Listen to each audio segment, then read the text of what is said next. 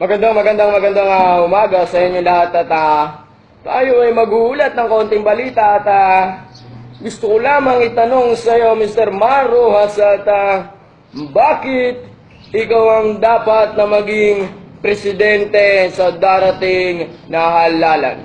Pwede tayo bumili ng shabu, pwede tayo bumili ng cocaine, pwede tayo bumili ng heroin. Sa kasamaang palad na huli tayo ng aking amo, magawa ng video, pero okay lang at ang susunod na aking katanungan na Mr. Mar Roxas, ano ba ang pangunahing adhikain ng tuwid na daan? Ang magsamantala. Napakagandang kasagutan, Kung sakali namang ikaw ang presidente ngayon, wag naman sana, pero ano ang ibibigay mo mga libreng gamot para sa ating mga kababayan? Drogas. Wala ka na bang ibang pwedeng ibigay na gamot? At Mr. Mar Roxas, kung sakali namang ikaw ay hindi papalarin at tinitiyak ko sa iyo at sinisigurado na wala ka ng gagampanan sa ating bansa, ano ngayon ang susunod mong negosyo, pagkakakitaan? Pwede bang paisagot na lang ng diretso? Gumawa ng pangungutong or maglaglag droga, laglag bala, laglag kahit ano, no, sa ating mga kababayan. Napakasaya naman pong marinig na sa inyo mismo nang gagaling ang mga salita ngayon, Mr. Mar Roxas. Ano naman kaya ang pakiramdam ng mga boboto sa iyo? Parang proud nanay. Ganun pa man ay sana magkaroon po tayo ng malinis na halalan sa darating na May 9.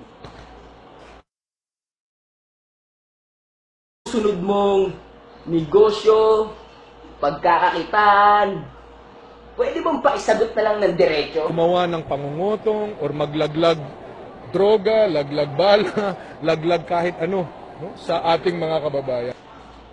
Napakasaya naman pong marinig na sa inyo mismo nang gagaling ang mga salita ngayon. Bumili ng shabu, pwede tayo bumili ng cocaine, pwede tayo bumili ng heroin.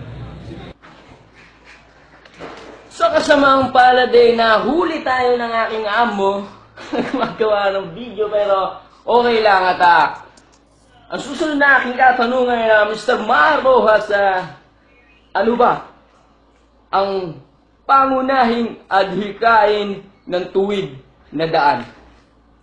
Ang magsamantala.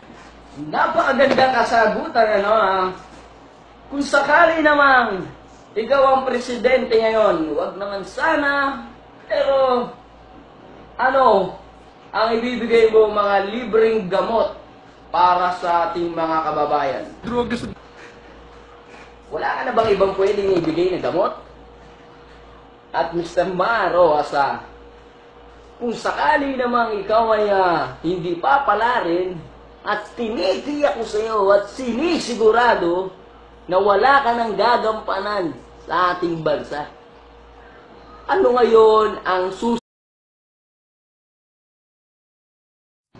Magandang umaga sa inyo lahat at tayo ay maguulat ng konting balita at gusto ko lamang itanong sa iyo, Mr. Mar Roxas, at bakit ikaw ang dapat na maging presidente sa darating na halalan? Pwede tayo